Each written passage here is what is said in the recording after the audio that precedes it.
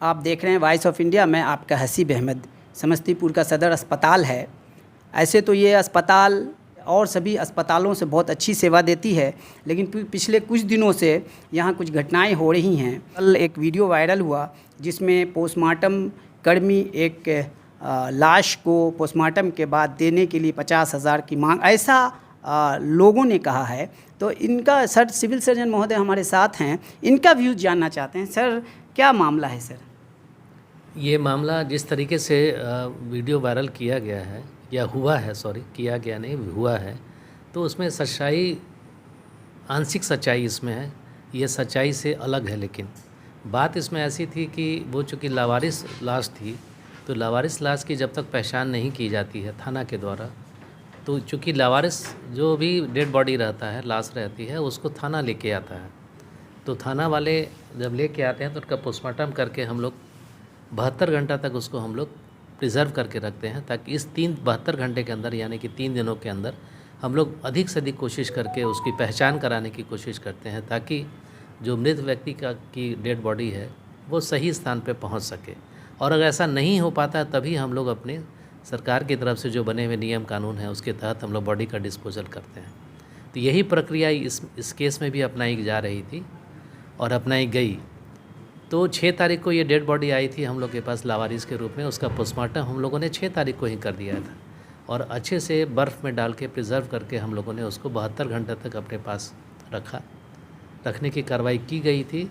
और उसका थाना, जहाँ से मुंशीगंज थाना से ये केस आया था, तो मुंशीगंज थाना को भी कहा गया कि आप अपने ज़िला में जितने भी थाना हैं वहाँ संपर्क करके कोशिश करें, पता करने की कोशिश करें कि इस तरह की कोई आदमी गुमशुदा तो नहीं है और ये इस तरह की लाश मिली है। तो हर थाने वाले संपर्क करेंगे अपने अपने क्षेत्र में, तो हम लोग कोशिश करेंगे तो पहचान हो सकती है। इसके अलावा हम लोगों ने प्रेस में भी दिया था और प्रेस में भी जानकारी देने के बाद ताजपुर थाना के अंतर्गत पड़ने वाले एक गांव है, वार्ड नंबर 2 जिसका है, तो उन लोगों ने संपर्क किया और आके वो सदर अस्पताल भी आए थे और उन्होंने अपने परिजन की पहचान की जो पिछले करीब 10-15 दिन से लापता था।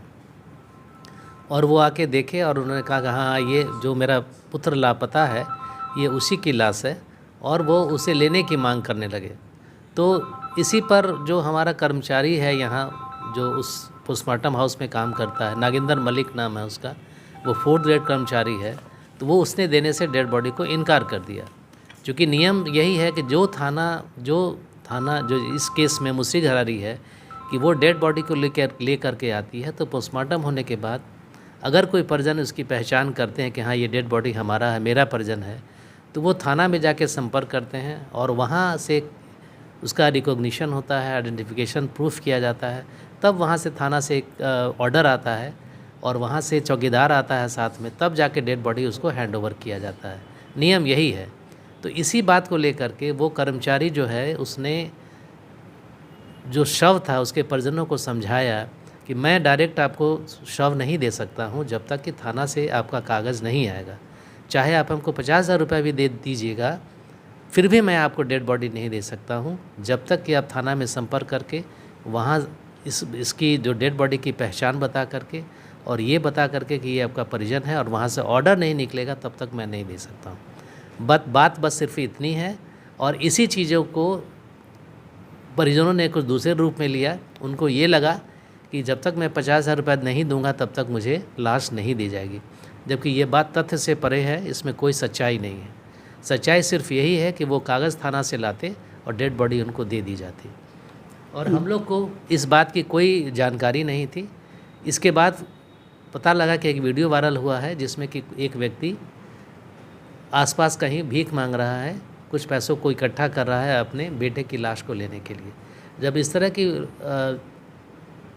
वीडियो वायरल हुई और हम लोग के संज्ञान में आया, तो तुरंत हम लोगों ने कार्रवाई की। स्वास्थ्य प्रशासन के द्वारा हमारे डीएस, हमारे हेल्थ मैनेजर, सबों ने मिलकर कार्रवाई करते हुए तत्क्षण हम लोगों ने थाना से संपर्क किया और ताजपुर थाना से संपर्क किया, और संपर्क करने के बाद हमने डेड बॉडी को इमीडिएटली उनके घर तक हम लोगों ने पहुंचाने की पूर्ण सामाजिक तरीके से भी और सम्मानजनक तरीके से भी डेड बॉडी को हम लोगों ने उनके परिजन को सौंप दिया।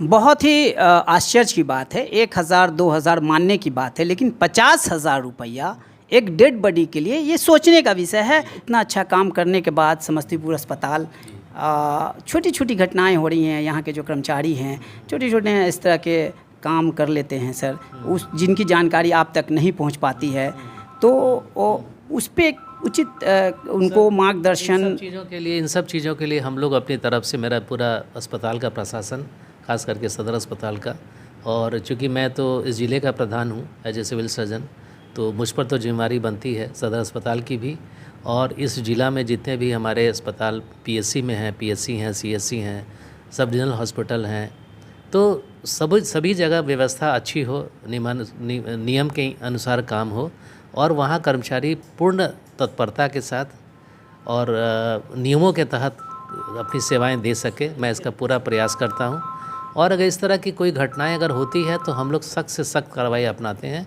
पर्सनली खुद भी जा करके और अपने MIC के माध्यम से भी लेते हैं हम लोग कार्रवाई।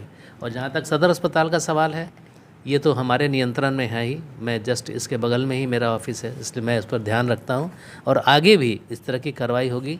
क्योंकि इस तरह की घटना हुई है तो हम लोग सभी अब एक्टिव हैं, और हम लोग इस चीज़ों को रोकने के लिए, इस तरह की घटनाएं नहीं हो, चाहे हमारा कोई भी विभाग हो, हम लोग पूरी तत्परता के साथ कार्रवाई करके इसका उपाय करेंगे। और जैसा कि हमारा इनसे बात हुई, इनका कहना ये है कि कोई भी घटना होती है, कोई भी ऐसा दुर्व्यवहार का मामला हो या कोई भी भ्रष्टाचार का मामला, कोई भी आदमी किसी भी वक्त किसी भी समय इनके पास आके शिकायत कर सकता है, उस पर उचित कार्रवाई होगी। जी, ऐसा आप आश्वासन देते हैं? ये हम ऐसा आश्वासन देते हैं कि और ऐसा पहले भी है सर कि हमारे संज्ञान में कोई भी बात आती है, और हमने आम जनता से मिलने का समय भी रख रखा है कि हम 11 बजे से लेकर के 2 बजे तक आम जनता से प्रतिदिन मिलते हैं, और प्रतिदिन लोग हमारे पास आते हैं मिलने के लिए भी, और इसके अलावा मोबाइल से भी हमसे लोग संपर्क करते हैं और कुछ जानकारी देना चाहते हैं कि ऐसे हो रहा है, वैसे हो रहा है, या कुछ जानकारी लेना भी चाहते हैं कि मेरा ये काम है वो कैसे होगा। तो इन दोनों तरह की चीज़ों का मैं इंटरटेन करता हूँ, उनकी बातों को सुनता हूँ, और यथासंभव उनको प्रयास करता हूँ कि उनकी दिक्कतें जो भी हैं वो दूर रहें।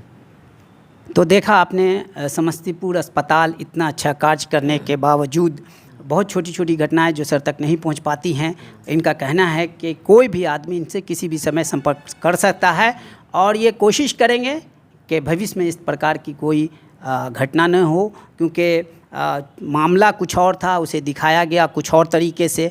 ठीक है, 2000-4000 रुपया मानने की बात है, लेकिन 50,000 रुपया एक्सेप्टेबल ऐसे भी नहीं है, उस गरीब आदमी की स्थिति नहीं है कि वो 50,000 रुपया दे सके। बहरहाल इन्होंने पूरी तरीके से जांच करने का आश्वासन दिया है। जो तथ्य जांच हम लोगों ने इस पर कर लिया है। जिला प्रशासन की तरफ से DDC साहब को नॉमिनेट किया गया था, और DDC साहब पर्सनली खुद आए थे, और हम दोनों ने मिलके, बाकी प्रेस के लोग भी थे यहाँ पर, और हमारे कुछ जनप्रतिनिधि भी जो हैं जिला के, वो भी शर्मसार हुए हैं, क्योंकि इस अस्पताल की जो बेहतर व्यवस्था अभी दिख रही है वो ऐसी पहले नहीं थी पिछले 5-10 साल में। हर ज़िले की रैंकिंग होती है स्वास्थ्य के मामले में, तो कुल मिला के हमारे 38 ज़िले हैं इस राज्य में, तो उसमें हमारा पिछले 2 महीना से हमारा पोजीशन होता था 19th पोजीशन पे हम लोग थे ज़िले के हिसाब से, लेकिन हम लोग पिछले 2 महीने से हम लोग 9th पोजीशन पर आ गए हैं।